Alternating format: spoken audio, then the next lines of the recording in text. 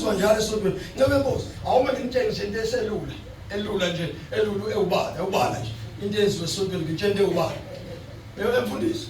Sikhona isidingo sokuthi esontweni ufundisa abazalwane ngalo lasonto edlule ukuthi kuyanikela esontweni. Alright. Sikhona ke mawusabafundisa ngithi. Alright, bafunde bese beqoqishwa ngani amandla kaMoya Ngcwele.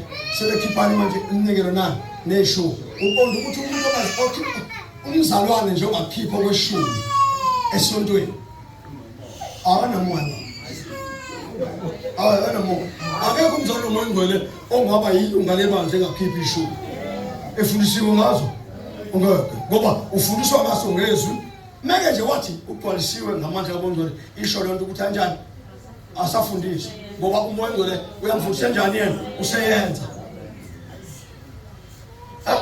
Ngeke uhlube ibandla nje elingenamoya baba likrenkwa zonke insuku.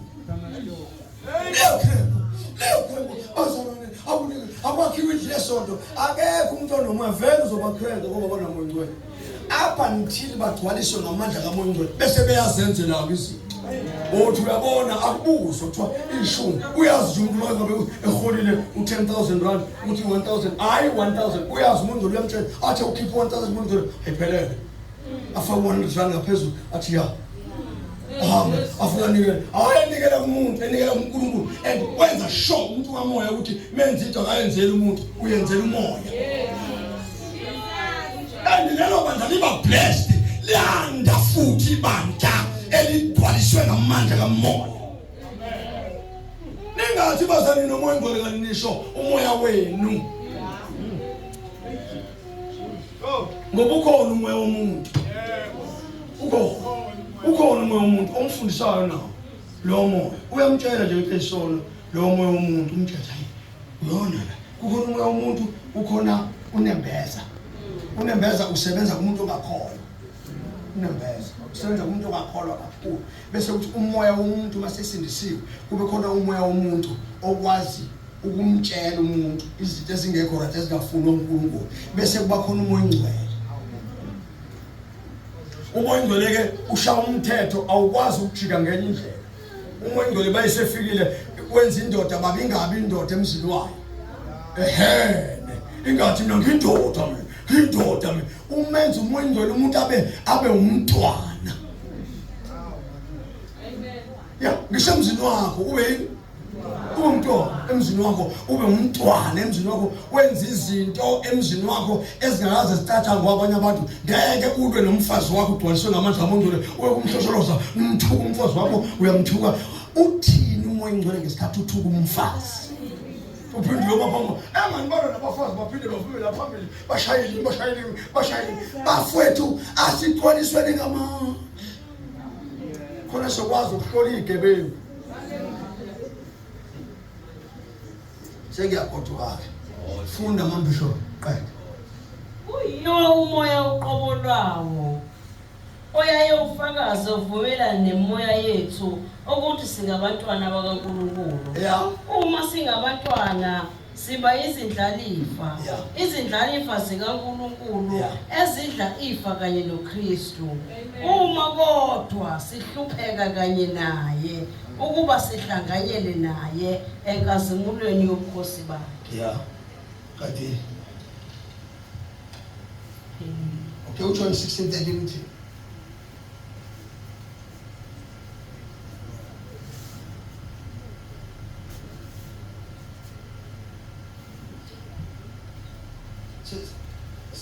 Kada sikasini prophet. Okay. Ngifuna sifunde futhi ukuthi mase noMoya Ngcwele sisho siyishinto sisho singasabuni sithi kuzokwenza ukuthi akuzabona abantu abakophisha into zethu banomoya wabo kodwa bazikophisha. Funda.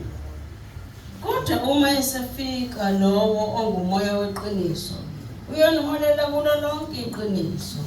Akayuzi khulumela okwakhe kodwa uyosho lokho akuzwayo anibekele ngezinto ezizayo. uyongilethela udumo ngoba uyothatha lokho engikushoyo anitshele kona.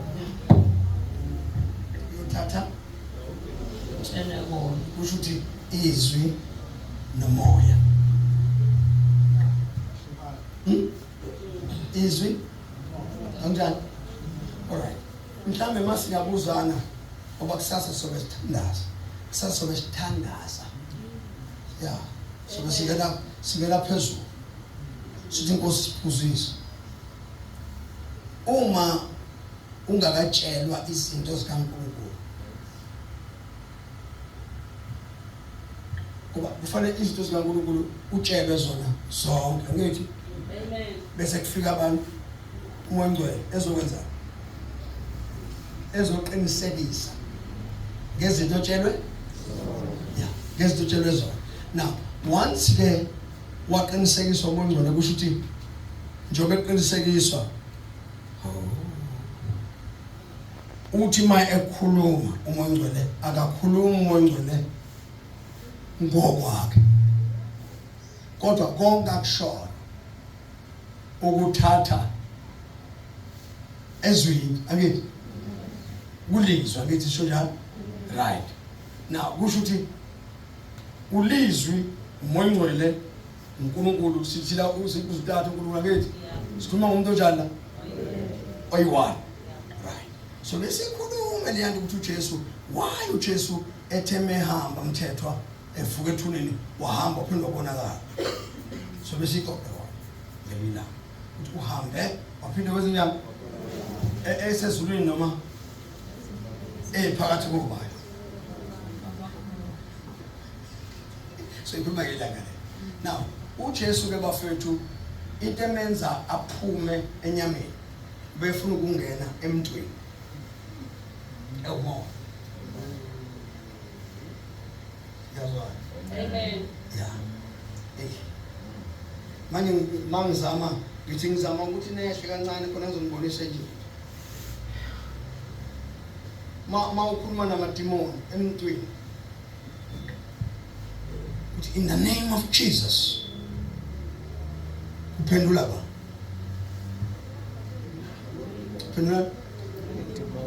Kuphendula amadimoni sho njalo? Akithi kuphendula ekumuntu ahlala kanjani amadimoni? Ahlala kanjani amadimoni emntwini? uJesu uhlala kanjani emntwini?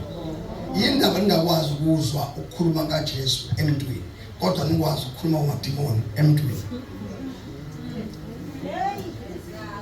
Angithi amadimoni mayekhuluma mhlawumbe bafethu ngicela ningibuze, uma amadimoni ekhuluma akhuluma ngendlebe, akhuluma ngani?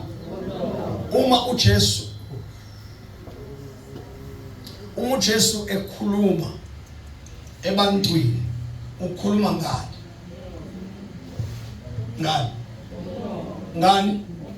Yini indaba nina abazalwane enisindisiwe nihlukene nezono nenikuphila ezweni likamoya ningezwa uJesu maye ephakathi kwenu ekhuluma nani? Phela nginizwe lithi yashaya le man of God.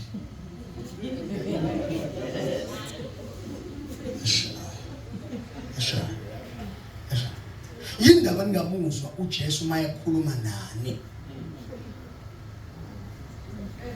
Okay, ngicela kuye futhi, ngiveze lokunye futhi. Ukubani owazi isangoma? Nesasangoma. Isangoma ekhaya sasikhona. Isangoma sithi obaba mkhulu bahlele kuphi? Uma ubaba ngesikhathi ephula wayehlala emsamo, ubaba emsamo omncane ephula. Wathi mephula wakhala ifiyo phezulu. Leli fiyo wayekwazi ukutolika ilanguage yefiyo. Yini indaba nina? Niqonda ukuthi bazalwane uNkulunkulu mncane ngeke sikwazi ukutolika ilanguage.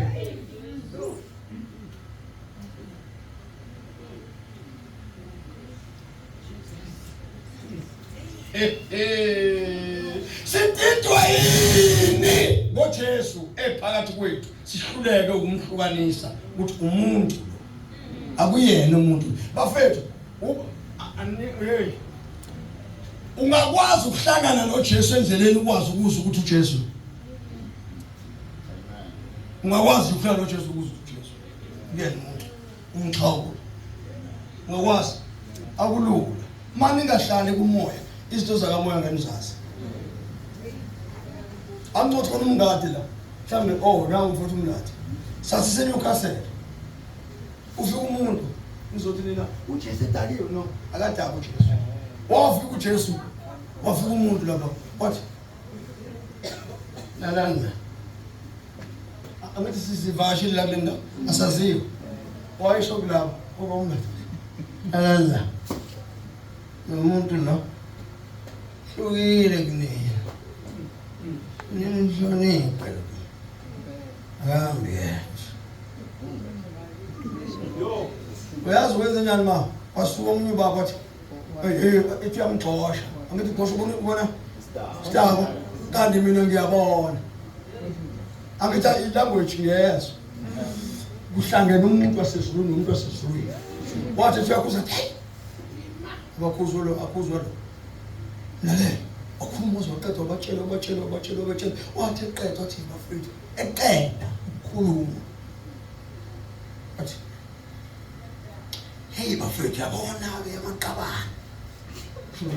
Akusele.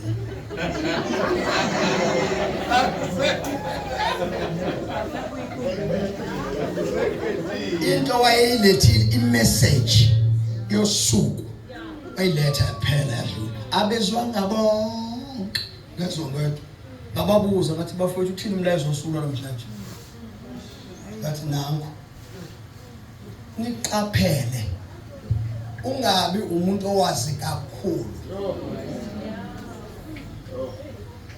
Angazotshela kanjani?